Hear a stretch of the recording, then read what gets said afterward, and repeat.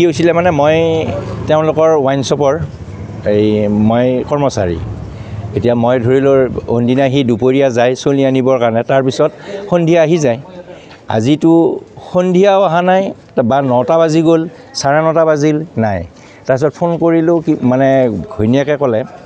যে কি হৈছে ক'ব নোৱাৰোঁ মাকো ঘুমাই আছে দেউতাকো শুই আছে মাতবোল নাই পিংকু শুই আছে মাতবোল নাই মই ভাবিছোঁ সিহঁতৰ ঘৰুৱা কিবা হয়তো মনোমালিন্য হৈছে আৰু কিবা তাৰপিছত মই বন্ধ কৰিলোঁ বন্ধ কৰি আকৌ লগতে আমাৰ সেই ভাইটি বুলি কোৱা বেগামুখৰ সি আকৌ ফোন কৰিলে কি আহিছিনে আহা নাই আহ তই আছা যদি একেলগে যাওঁ গ'লোঁ যাই কিনে মই বাৰান্দাত উঠি বেল মাৰোঁ কোনো শাৰী শব্দ নাই ইফালে মই ফোন কৰোঁ বাইদেউৰ ফোন মাৰিলোঁ পিংকুৰ মাকৰ বাইদেউক ফোন মাৰিলোঁ তেতিয়া ছুইচ অফ আকৌ দাদাক ফোন মাৰিলোঁ মানে ৰিং কৰি কাটা যায় তাৰপিছত মই মিণ্টুক ফোন কৰিলোঁ মই এতিয়া বাৰান্দাত এই 10টা বাজি গ'ল 10:30 বাজিল মই আধা ঘণ্টা হ'ল আহা এতিয়া একো খা খবৰ নাই কিন্তু পিংকুক ফোন মাৰিলে ছোৱালীটোৱে ধৰে ছোৱালীটোৰ পিছত ঘৈণীয়েকে ধৰি পেলাই মোক মানে কিবা কিবিহে কয় যে কি হৈছে ক'ব নোৱাৰোঁ মোকতো দৰ্জাখন খুলি দে তাৰপিছতহে বহুত সময়ৰ পিছত দৰ্জাখন খুলি দিছে জাকিয়ে মই দাদা শুই আছে এনেকৈ মই দাদাক মাতিলোঁ হাতখন ধৰি পেলাই দাদা দাদা কি হৈছে এইৰমকৈ কৰে তাৰমানে চাউণ্ডটো মইতো কি হ'ল ভাইটি কৈছে তই ইয়াতে ৰচোন মই বাইদেউৰ ওচৰত যাওঁ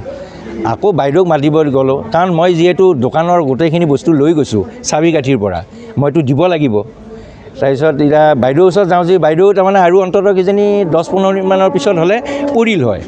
বিচনাৰ পৰা প্ৰায় আধাখিনি বিচনাৰ পৰা আহিলে পৰিয়ে আহিছে